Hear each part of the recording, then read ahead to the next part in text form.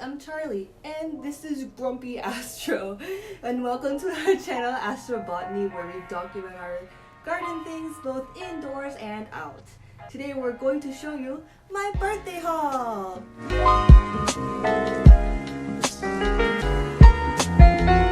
Welcome to our new plant room and home office! My partner, Astro, and I moved into this new apartment in the beginning of March, and we've been very busy setting it up ever since. It's far from done for sure, but I'll be sure to give you a tour once everything is all set up. My birthday was in March, so I went a little bit crazy with the plant purchases. Also, moving out from a room in a shared house to our own apartment means that I get to put plants everywhere in the common areas like the kitchen, the living room, and the bathroom, and you know I already put plants in there already. We were so busy moving into the apartment, I forgot that March started, so by the time I actually realized it was my birthday, it was the day of. Non-essential businesses have been closed for a long time here in Toronto, but it did open up for a few weeks in March, and I was able to take quick advantage of that. It's all closed again. I also want to support the local and small businesses that are struggling from the lockdown, so I actively sought them out. Let's get started with the haul. My first stop was Chive Inc. I got this awesome propagation station. I have a few cuttings in there. I have a purple heart Travescanthia, and I have a Rhaphidophora rooting in there. I had a 3-tube station before, and so this is definitely an upgrade. They had a lot of different cool colors, and it was really hard to pick just one. Next, we headed to one of my favorite smaller plant shops here in Toronto on Queen West.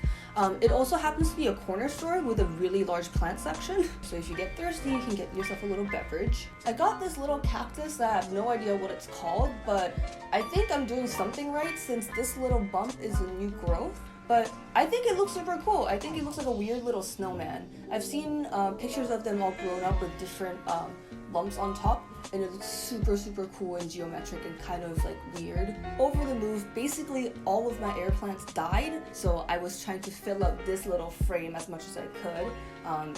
It's this little frame that I made from a IKEA frame. Let me know if anybody would like a little tutorial for it. But I got this little guy, which is super cool, as well as this chunky one, which also happens to be blooming. I've never had an air plant bloom for me, so I'm absolutely thrilled. It's such a beautiful light purple color. I also got this Monstera Peru, which was super exciting because I've been looking for this plant for a while, and it's showing me some new growth already. I did accidentally knock off the tip of the new growth when it was coming in, but it's okay, it's fine. I don't really mind imperfect plants. I'm an imperfect human. My plants can be imperfect too. But it's doing really well. It's showing new growth.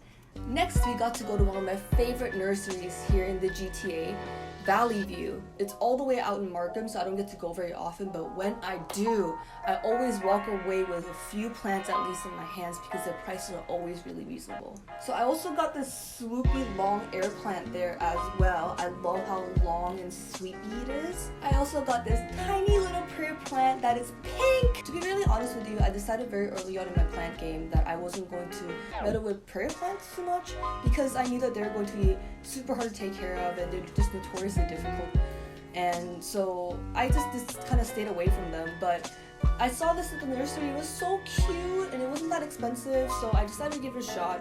And so if I can make it through a whole growing cycle without killing it, I know I can do prayer plants from now on. Unfortunately, the Monstera Peru and the prayer plant both have symptoms of spider mites, so they are currently quarantining and being treated at the moment, away from all my collection. And lastly, at ValleyView, I got this Senecio that gives me very much like grape leaf vibes, but I have no idea what it's called, but it's been very easy to take care of and very fast growing. All of this brighter green is all new growth. There's even some coming from the top, which is awesome. I also found this plant shop that's new to me on the Danforth called The Convenience on Instagram. The owner, Judy, was very lovely. I chatted with her for a little bit. I got this little air plant on my first trip, and I went back for a very special plant drop. Of course, I woke up bright and early for the drop and scored this baby. This is a Philodendron hastatum. It has an amazingly like blue silver color that I love. I'm so excited to add this to the collection. This is one of those philodendrons that's been kind of harder to find lately here in Toronto. I also scored this variegated peperomia and this Tradescanthia that I've been looking for a very, very long time. Toronto is really full of little corner stores that have amazing plant sections, and those are one of my favorite places to shop at. And I was on a walk in my neighborhood the other day, and I walked into a corner store who had a plant section that was outside, because usually if they have a plant section outside, it means they have a plant section inside. And I scored this giant pot of string of pearls for $5. Okay, I maybe wouldn't say giant, maybe it's like a 4-inch pot, but that's a really good deal, I think.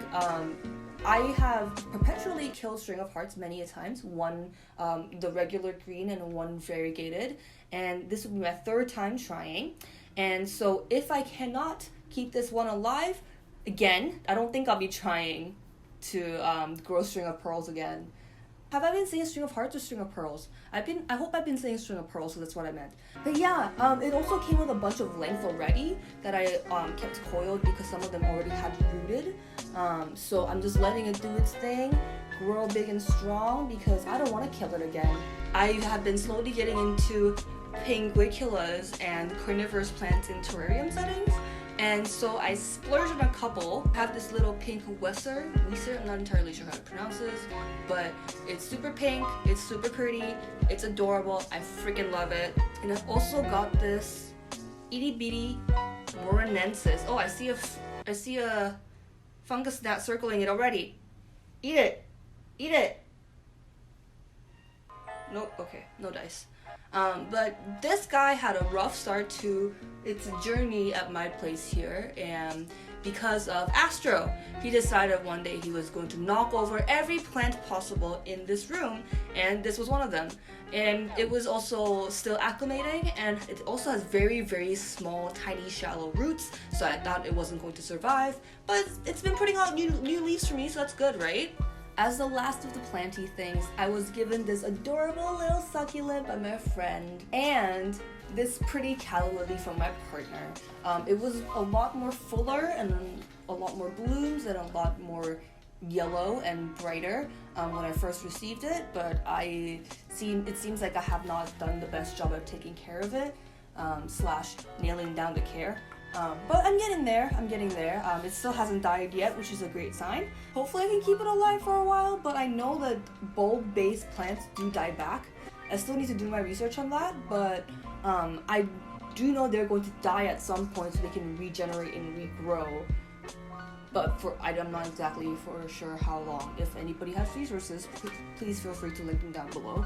I also wanted to start becoming a little bit more ecologically conscious with my plastic waste and also what I'm putting in the body. I was looking for a luxurious body butter and I found Milk Dud on Etsy, who's also based in Toronto. I got a lavender and a vanilla, but I ended up gifting the vanilla to my mother-in-law. The owner is very friendly and nice, and she even offered me to sample her face oil that she's launching soon. One thing I really miss about the States is Texas Roadhouse, the restaurant, and they have this beautiful toasted bun that they serve with like whipped cinnamon butter. They always come warm and the butter is beautifully whipped, and you dip the butter in the bread and the butter is beautifully melting on the bread.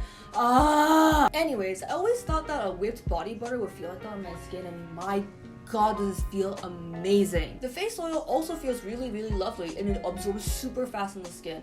I have super dry cheeks, so I've been pairing it with a couple of different moisturizers and trying different ones out, but overall it's been working really, really well. Hope you enjoyed my super long haul. If my parents are watching, I swear I have self-control and I'm being responsible. Give us a thumbs up if you enjoyed this video, and if you'd like to see more gardening content coming from us. And click subscribe if you want to be notified when we upload next. Thank you for watching. See you next time.